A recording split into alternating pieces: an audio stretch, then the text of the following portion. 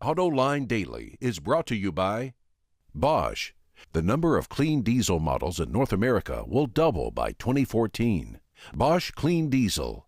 Good, clean, fun. Bridgestone. Your journey, our passion. And by Dow Automotive Systems. Improving durability and increasing design flexibility with Betamate structural adhesives at dowbetamate.com. Welcome to Autoline Daily. Today's March 13th. I'm John McElroy, and here's the news. ExxonMobil just issued its forecast of energy usage in the U.S. through 2040. It predicts that liquid fuels will be the dominant fuel source for cars for the next 30 years. Despite all the government incentives and regulations to get us into electric cars, ExxonMobil believes that gasoline and diesel will still power 90% of all the vehicles that will be on the road in 2040. It all comes down to energy density. Liquids hold far more energy than the energy stored in chemical form in batteries. For example, ExxonMobil calculates that 1 gallon of gas could run your smartphone for the next 20 years. Car sales in the American market hit a 15 million SAAR rate last month, prompting some eager analysts to predict that it could hit 16 million by the end of the year. But suppliers say that's not going to happen because of constraints in the supply chain, especially with car haulers. They took out an enormous amount of capacity when the auto industry collapsed in 2009. Right now, there is such a shortage of trucks and trains to haul cars from the factories to the dealerships that the shortfall stands at 1.7 million vehicles. One reason that Class 8 semi-trucks are selling so well right now is because car haulers are buying them as fast as they can. Even so, they are far short of capacity. Hey, this just in. Nissan will be racing the DeltaWing race car at the 24 Hours of Le Mans this year. The radical design uses a turbocharged 1.6-liter four-cylinder engine producing 300 horsepower. Actually, that's not a lot of power at this level of racing, but the car is half the weight and has half the aerodynamic drag of a conventional racer. The DeltaWing was designed by British designer Ben Bowlby. It was built by Dan Gurney's All-American Racers team, and it'll be raced by Duncan Dayton's Highcroft Racing. The car will first hit the track this Thursday in preparation for the 12 Hours of Sebring. And you know, to me, this is the most exciting technological development in motor racing in more than 40 years. Audi is in talk to buy Italian luxury motorcycle builder Ducati.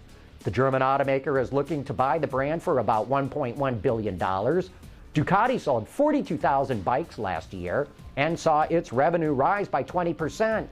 This shows just how independent the different brands are within the Volkswagen Group. And it is this autonomy that explains why VW AG can successfully manage so many different brands while GM and Ford could not. Speaking of VW, its spat with Suzuki is not going to get settled until at least next year at the earliest. A few years back, VW bought close to a 20% stake in Suzuki, but that deal went sour, with both accusing the other of breaking the agreement. It was supposed to give Suzuki access to VW technology and provide VW with greater access to the Indian market, where Suzuki leads the field. Suzuki filed for arbitration in a London court to end its relationship with VW, but there's not going to be any court decision until next year. I'm Craig Cole in South Florida with the Toyota Prius C, the latest member of the Prius family. I'll have a deeper look at this car right after the break. Clean diesel models in North America will double by 2014. Why? Higher take rates, lower cost of ownership, longer range and better fuel mileage, lower CO2 emissions. Clean diesel, good, economical, functional. Bosch, invented for life. And here it is, the Prius C. It's 19 inches shorter than the classic liftback model, but it's still got all the technology and fuel-saving features you'd expect, and Toyota hopes those will bring a whole new group of buyer into the family. So our plan for 2012 is to sell 220,000 Prius family members. Our forecast is that Prius C will make up 15 to 20% of that total. We think that's an aggressive goal, but we think it's an achievable goal. When you do the math, that works out to between 33,000 and 44,000 Prius Cs. And keep in mind, Toyota's forecasters do not believe it will take away from other models in the lineup. They say these are going to be additional sales. And if any automaker can deliver that many electrified cars, it's Toyota, the undisputed hybrid champ. In addition to its affordable base price and big fuel economy numbers, the C's compact dimensions could also help attract new buyers. Yes, Prius C is a relative of the Prius liftback, but it is substantially smaller. It's about 540 pounds lighter. The Prius C is over 19 inches shorter and has a 6-inch shorter wheelbase, so it's substantially smaller than its big brother. And then we discovered that our 1.8-liter powertrain from the other Prius family members simply wouldn't fit in that area of real estate, so we did have to take a step back and go to our 1.5-liter engine. So we updated that and mated that to a new hybrid synergy drive transmission that also is smaller to get everything to fit.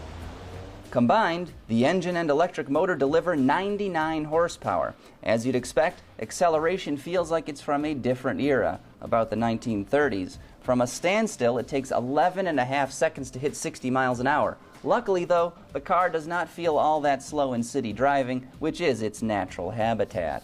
Of course, the trade-off for drowsy performance is stellar fuel economy. The Prius C is estimated to deliver 46 miles per gallon on the highway and 53 around town. That gives it a combined score of 50 mpg, roughly 4.7 liters per 100 kilometers.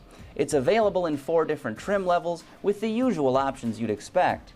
Higher-end models come with a standard navigation system and Toyota's N-Tune multimedia system. This gives drivers access to a variety of apps, including Bing Search, Pandora Internet Radio, and OpenTable for restaurant reservations, just to name a few.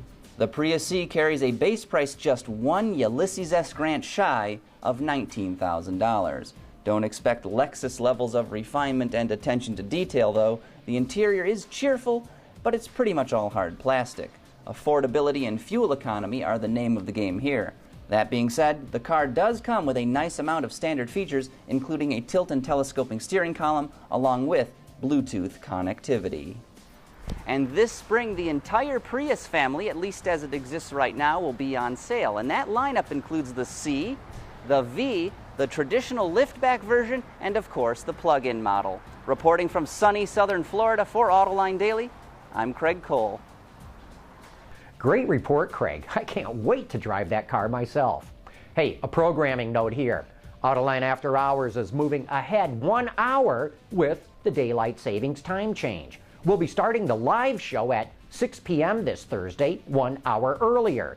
Be sure to join me and Peter DeLorenzo, the auto extremist, for the best insider information in the business. And joining us this Thursday is reporter Bryce Hoffman from the Detroit News, who's just written a book of all the inside info of what's been going on at Ford. That's this Thursday starting at 6 p.m. Eastern Time or 2200 GMT. And that wraps up today's report. Thanks for watching. We'll see you tomorrow.